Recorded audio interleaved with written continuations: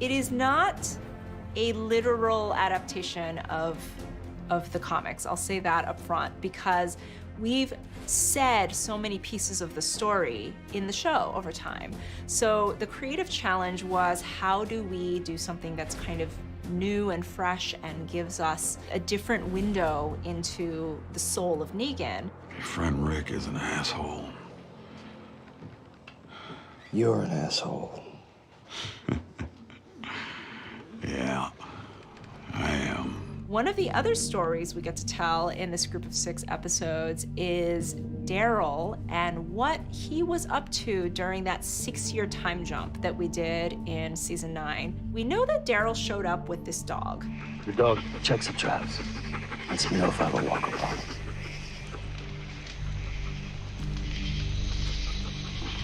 Dog. Hey. Go, dog.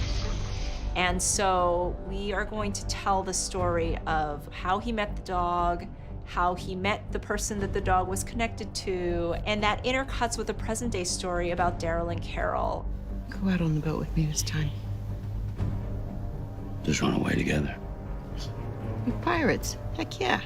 We've announced by now that Daryl and Carol are gonna get their own spin-off. They're gonna get to work together down the line, but what's the road that they have to take to get to that point? And that's kind of the story that we're exploring now. Hi, Mark. How's that?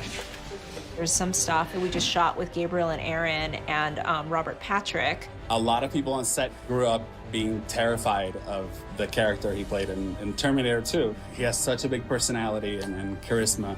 And it was interesting seeing him go from that with the crew and the cast to, once the cameras are rolling, his character is so different from him. And then the people in the episode with him fed off of that. And I don't want to spoil anything, but it's definitely a treat. It's terrifying and weird, and they did something really memorable on set, you know, and they just committed to it 100%. I can't wait for people to see it. It's so good. But then do I push you? I know. Yeah, you hit and push me back. Okay.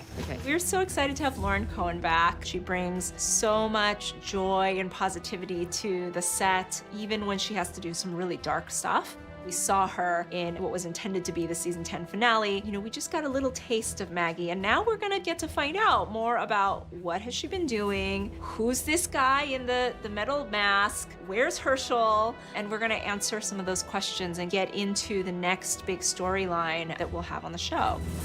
That's cool. It's never gonna work.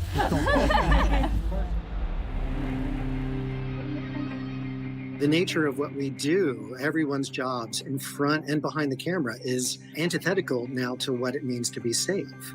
How are we going to work in close proximity together, be able to light the set and do our jobs? So for many weeks, we just talked about different things that we could do that we felt like we could control.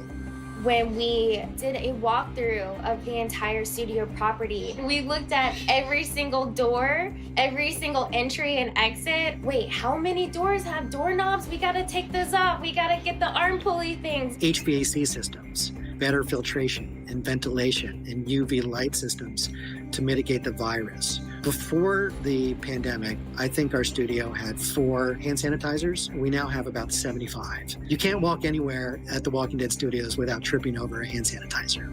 I've been on the DGA safety committee, so I've been very, very steeped in set protocols and the science behind safety.